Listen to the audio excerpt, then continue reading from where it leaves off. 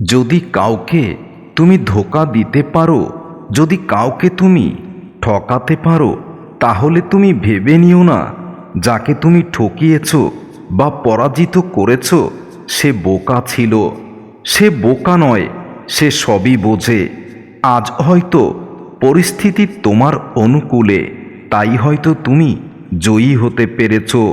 আর যদি তুমি তোমার আপন মানুষকে কখনো ঠকাও, তাহলে এটা ভেবে নিও তোমাকে সেই মানুষটা এতটাই বিশ্বাস করেছিল যার যোগ্য তুমি এখনো নও আর কখনো ছিলে না।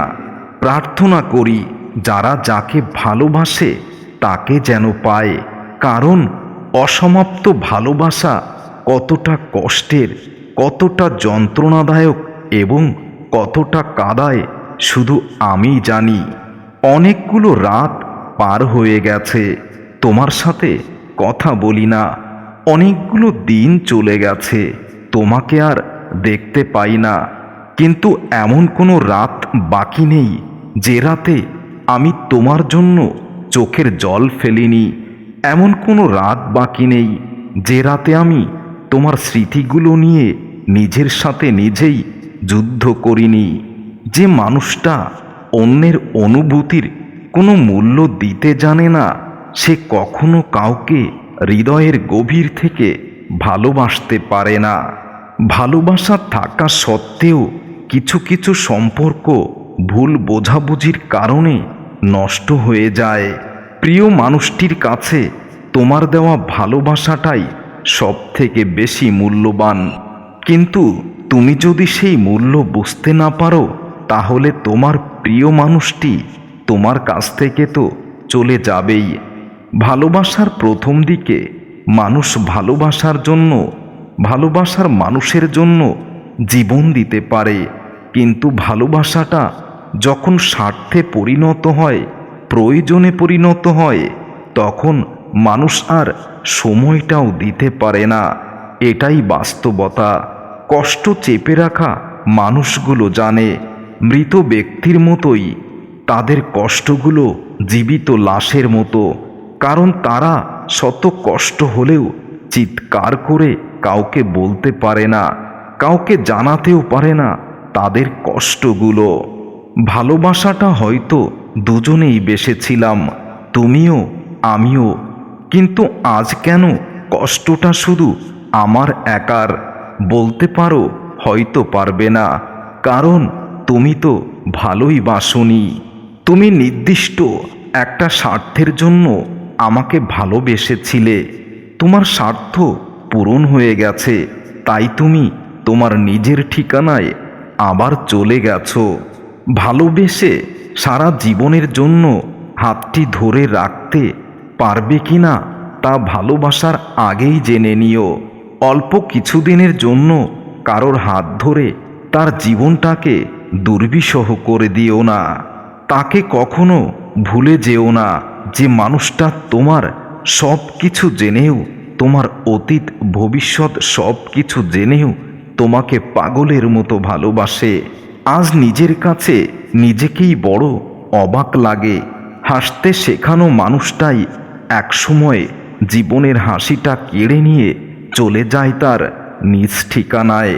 যে কোনো সম্পর্ক যত বেশি ঝগড়া তত বেশি অনুভূতির হয়, তত বেশি আবেগময় হয়, এবং সেই ভালোবাসায় ততটাই গভীরতা পায়। কিন্তু সেটা যদি অভিনয়ে পরিণত হয়, তাহলে জীবনটাই নষ্ট হয়ে যায়। স্বপ্ন নিয়ে যতবার তোমার কাছে এসেছি, চোখের জলে আমার বুক ভিজেছে, ততবারই আমি তোমার কাছ থেকে বিতাড়িত হয়েছি। তবুও তুমি কখনোই বলনি আমাকে ভালোবাসো না, আমাকে ভালোবাসো আবার বাসো না। এমন একটা অবস্থা তোমার যেন ধরি মাছ না ছুঁই পানি। মনের ইচ্ছাটা যদি সত্যি হয়ে থাকে, তবে একদিন ঠিকই হাতের রেখা বদলাতেও পারে। একদিন ঠিকই হয়তো তোমার সামনে দাঁড়াবো, সেদিন তোমার কাছে জানতে চাইব কি দোষ ছিল আমার, কেন এতটা কষ্ট পেতে হলো আমার। বিবেকহীন পৃথিবীতে কান্না করাও নিষেধ। সবাই বলবে ন্যাকামো করছে, কিন্তু আমার কষ্টটা কেউ কি বুঝবে না? এই পৃথিবীতে একজন মানুষ ছিল যার চোখের দিকে তাকিয়ে জীবনের সব কষ্টগুলো মুছে ফেলতে পারতাম, কিন্তু সেই মানুষটার চোখের দিকে তাকিয়েই আজ আমার জীবনটা নষ্ট হয়ে গেছে। আর এটা হবে আমি কখনোই তো ভাবিনি। তোমার মায়াবী চোখের দিকে তাকিয়ে, তোমার মায়ায় আজ নিজেকে পতিত করে নিজেই কোন এক অজানা মায়ায় পড়ে গেছি, যে মায়া থেকে না পারি বের হতে, না পারি ধরে রাখতে। যে কারো প্রিয় অপ্রিয় জিনিসের গুরুত্ব বোঝে না, সে কখনো কারো প্রিয় মানুষ হওয়ার যোগ্যতা রাখে না। প্রিয় মানুষ মানে শুধু কারোর প্রিয় ব্যক্তি হয়ে ওঠা নয়। প্রিয় মানুষ হলো প্রিয় মানুষের সব কিছু বুঝতে পারা, তার কষ্ট সুখ আনন্দ অভিমান সব কিছু বুঝতে পারাই তো প্রিয় মানুষ।